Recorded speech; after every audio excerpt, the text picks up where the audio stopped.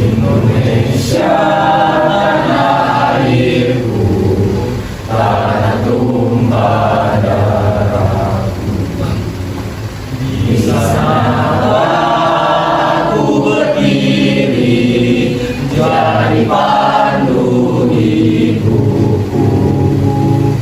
Indonesia kebangsaanku, bangsa dan tanah airku.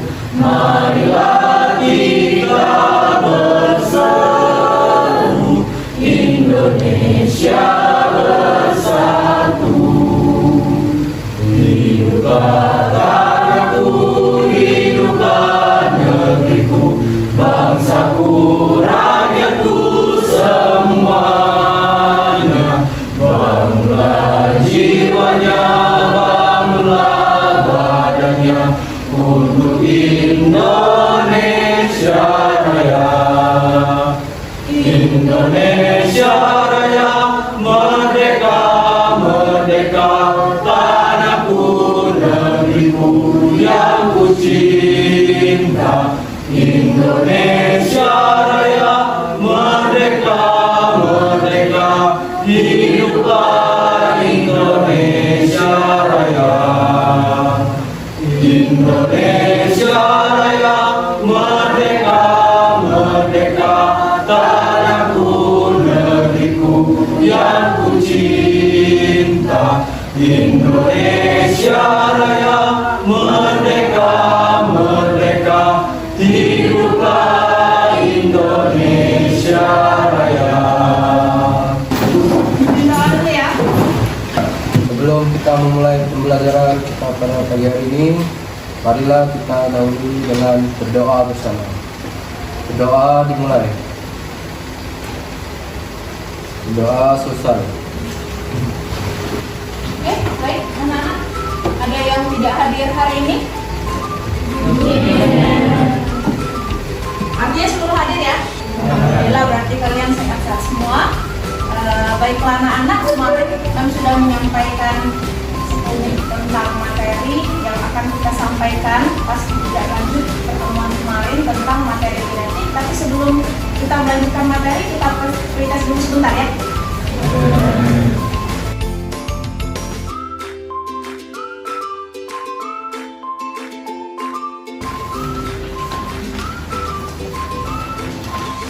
Bukunya tolong ditutup. Baiklah anak-anak, ibu hanya kasih waktu kalian kurang lebih 10 menit. Silakan kalian kerjakan dari sekarang. Baik anak-anak, waktunya sudah habis. Silakan ditentukan nomor jawabannya. Ya.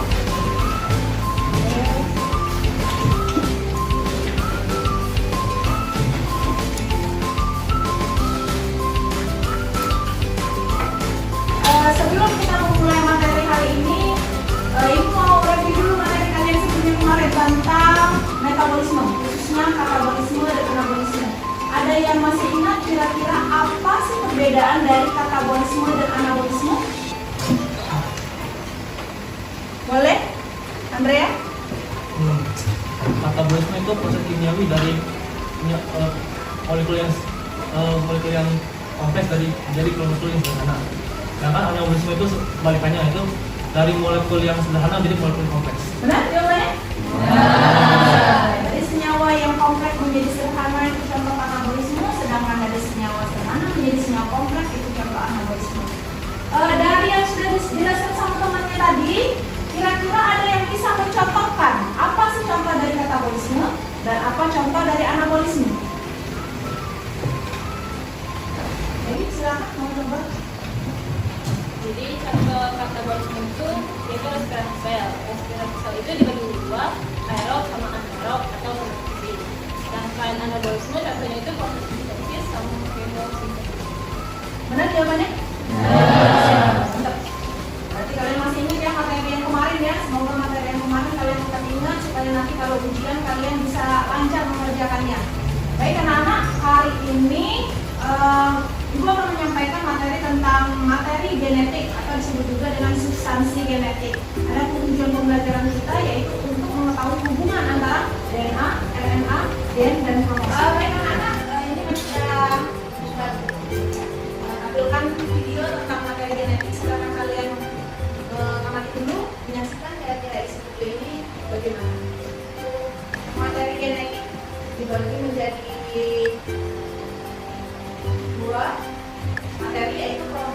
dan DNA menjelaskan, kemudian tentang sintesis protein. Next. Kemudian ini adalah sekelumit gambar tentang kromosom, gen, dan DNA. Baik, dari gambar ini memang akan ada pertanyaan.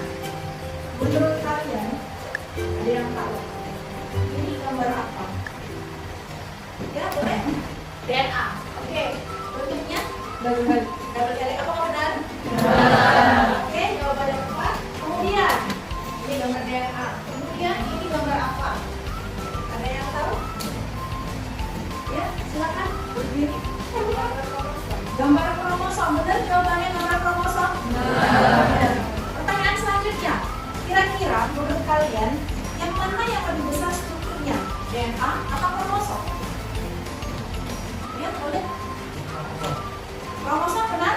Nah, yang lebih besar bentuknya adalah kromosom, kemudian disusul dengan DNA. Kemudian ada satu istilah, gen. Pernah dengar gen? Tegar berambut lurus, artinya orang tuaku pasti berambut lurus. Kemudian mungkin ada yang lain berambut keriting, artinya orang tuaku salah satunya pasti ada yang berambut keriting. Artinya kamu membawa sifat dari salah satu orang tuamu. Itu artinya gen. Ya? Ada yang tahu kira-kira apa sih perbedaan antara DNA dan gen? Ya, boleh, silakan. DNA adalah rangkaian ganda yang saling berhubung dengan protein yang membentuk benang-benang kromatik. Sedangkan gen adalah membawa sifat yang terbentuk dari barisan massa DNA. Oke, siap. Jawabannya benar? Tadi kan udah contohkan. Contoh sedikit tentang gen. Ada yang bisa kira-kira mencontohkan tentang gen? Satu contoh gen. Ya, silakan. Ya. Ibunya berkulit hitam, berarti ada kemungkinan anaknya berkulit hitam. Artinya di dalam gen tersebut akan membawa sifat berkulit hitam. Ada lagi yang mau mencontohkan? Silakan. Ada lagi yang mau mencontohkan? Silakan. Oke, dibuat. Bisa orang tuanya berbeda tinggi, jadi karena memakai sifat dan orang juga Orang tuanya seandainya berusaha tinggi badannya, maka nanti anaknya kemungkinan besar membawa sifat juga akan berbalik besar. Baik anak-anak, di depan sudah ibu tampilkan ada gambar, bisa kalian lihat ya, gambar ini ya. Silakan kalian lihat dulu. Kira-kira menurut kalian gambar tersebut apa perbedaannya? Ya, Tegar silakan. Mereka perbedaan dari gambar tersebut adalah yang A adalah sentromer holosentrik yang berada di U, sedangkan B akrosentrik berada di dekat di U. Yang C adalah simetrik yang ada di dekat tengah. Yang keempat adalah metasentrik yang membelah dua. Membelah dua. Benar jawabannya? Sebenarnya bukan membelah dua, sentromer terletak di tengah, bukan membelah dua ya. Artinya sentromernya terletak di tengah, membagi dua lengan dari kromosom menjadi sama panjang. Nah, ini adalah pembagian dari kromosom berdasarkan atas letak sentromer. Sentromer fungsinya yaitu untuk tempat nanti melekatnya si kromosom pada benang-benang spindle pada saat pembelahan sel. Ya, anak-anak silakan perhatikan kembali gambar di depan. Gambar di depan yaitu hubungan antara kromosom, gen, dan DNA, atau bisa juga hubungan antara DNA, gen, dan kromosom. Ini adalah gambar DNA. Ya, ini DNA gambar eukariotik. Gambarnya berbentuk double helix. Oke, kalau seandainya untuk DNA ini kita buat susun seperti itu, ya, ini akan tersusun dari bulat-bulat ini. Bulat-bulat ini dinamakan dengan protein histone. Ya, di bulat-bulat ini ya, ini protein histone. Kemudian protein histone-nya memadat, membentuk pintalan. Namanya solenoid. Solenoid memadat lagi, memadat, akhirnya membentuk kromosom. Akhirnya membentuk kromosom. Nah, di mana letak gen? Gen itu terletak pada adanya gambar kromosom, terdapat lokasi-lokasi. Anggaplah ini rambut. Anggaplah ini warna kulit. Dan lain-lain. Jadi letak gen itu adanya di dalam kromosom, tapi yang menyusunnya adalah DNA.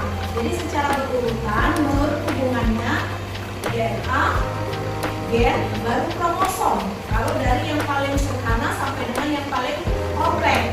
Atau bisa juga kromosom diuraikan di dalamnya terdapat gen, gen disusun dari DNA. Sampai sini bisa? Ya, silakan mungkin ada yang perlu.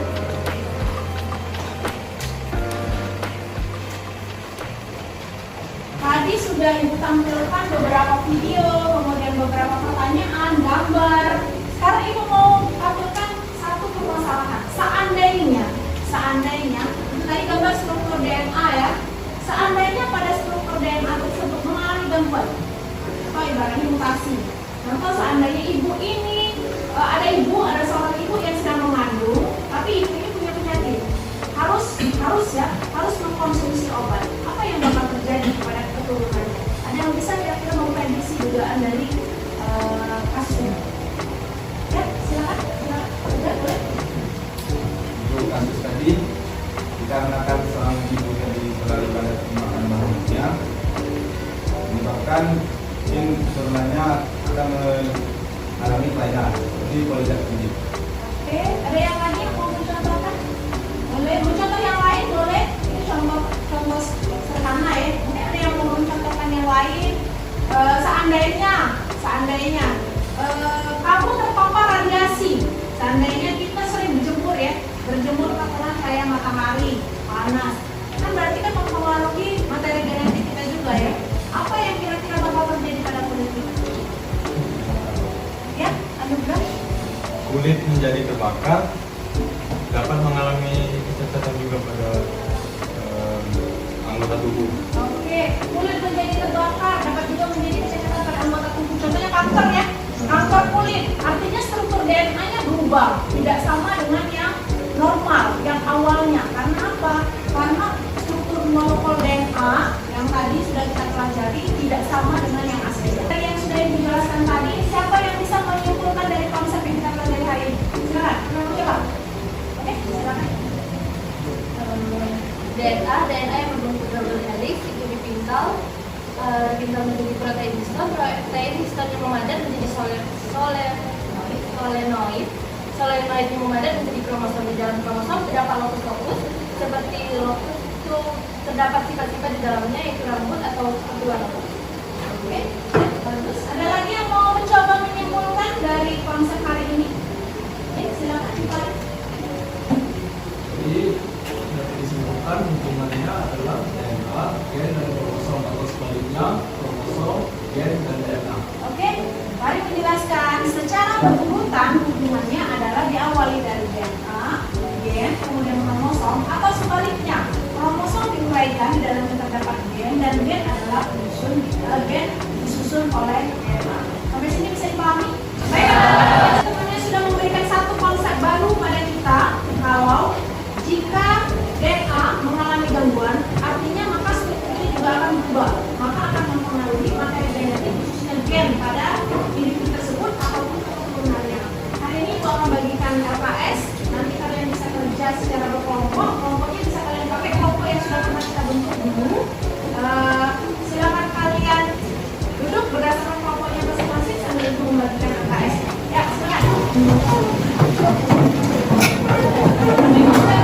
Ini adalah LKS, lembar kerja siswa yang berisikan tentang materi kita hari ini, tentang materi genetik. Silakan kalian nanti kerjakan per kelompok, diskusikan ya bagaimana permasalahannya.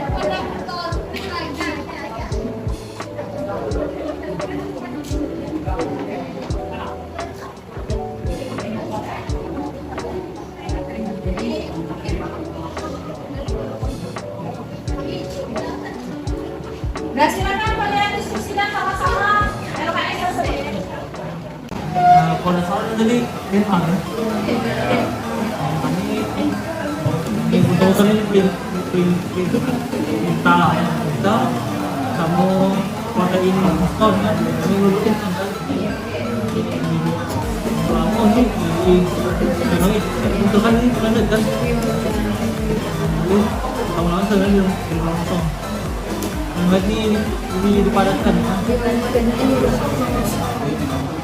ini oh ini rem kromosom itu adalah fokus kan ini mau sifat tadi mau sifat kayak mata kabut kan kulit fokus tadi ini kan perurutan gen-gen tadi tuh kalau jangan yang dulu tuh satu dulu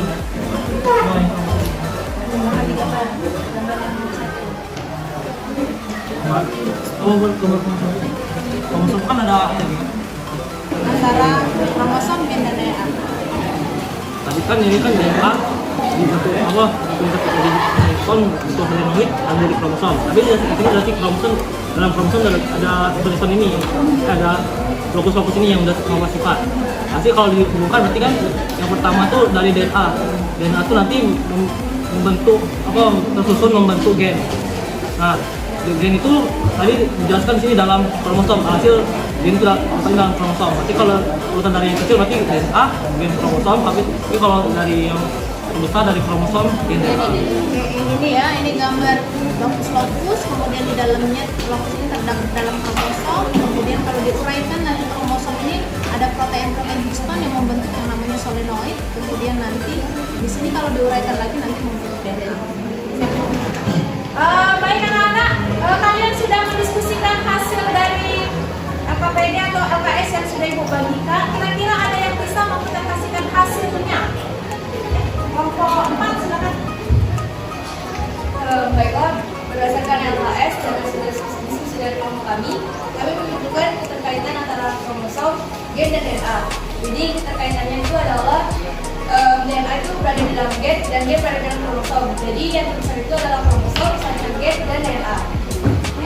Ada lagi mungkin kelompok yang mau mempresentasikan hasil dari diskusi mereka? Silakan mau coba. Kelompok 5, oke silakan. Berdasarkan hasil diskusi kelompok kami pada kedua bagian-bagian pada kromosom. Untuk bagian A itu bagian telomer, bagian B itu bertugas sekunder, bagian C itu satelit, untuk bagian D itu sentromer, dan yang E itu dengan kromosom. Baik anak-anak, tadi kalian sudah mempresentasikan hasil kelompok kalian masing-masing. Kira-kira sebelum pembelajaran kita berakhir, ada yang bisa menyimpulkan kira-kira apa sih kesimpulan dari materi kita hari ini? Ada yang mau coba? Silakan.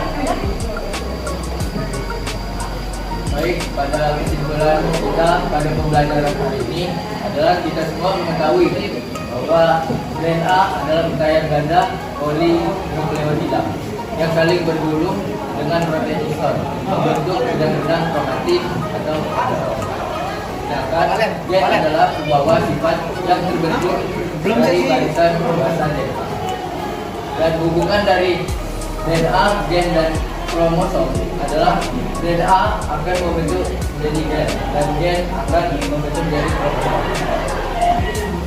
Bagus ya, oke. Bagus, kesimpulannya bagus. Artinya di sini antara DNA, gen dan kromosom saling berhubungan. Baik, sebelum pembelajaran kita mengakhiri, Bu Angeli, kita proses dulu ya.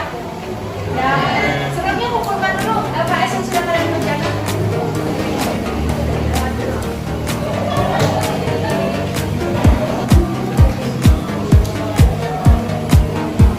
Silakan kalian kerjakan secara individu.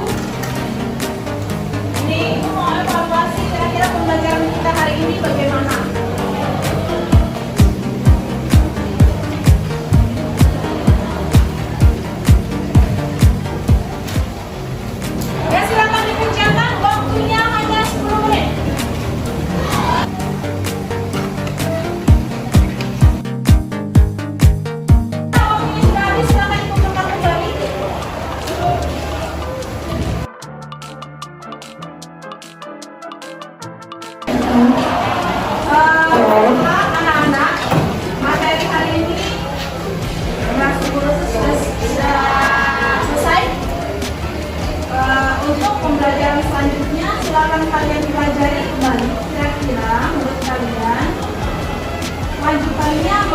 tambahan apa sih hubungan antara kromosom dengan pembuahan sel. Nanti kalian bisa baca literatur atau buku yang kalian pegang tentang proses pembuahan sel, baik itu mitosis atau meiosis.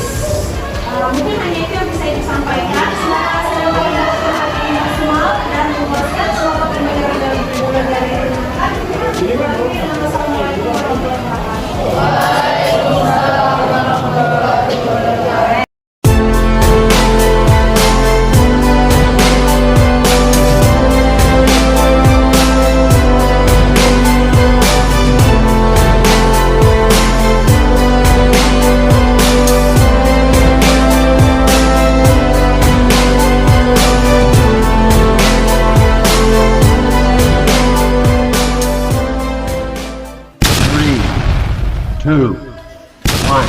Ntar tunggu mood dulu, kumpulin mood. Soalnya saya kalau nggak mood nggak bisa. But only if you listen.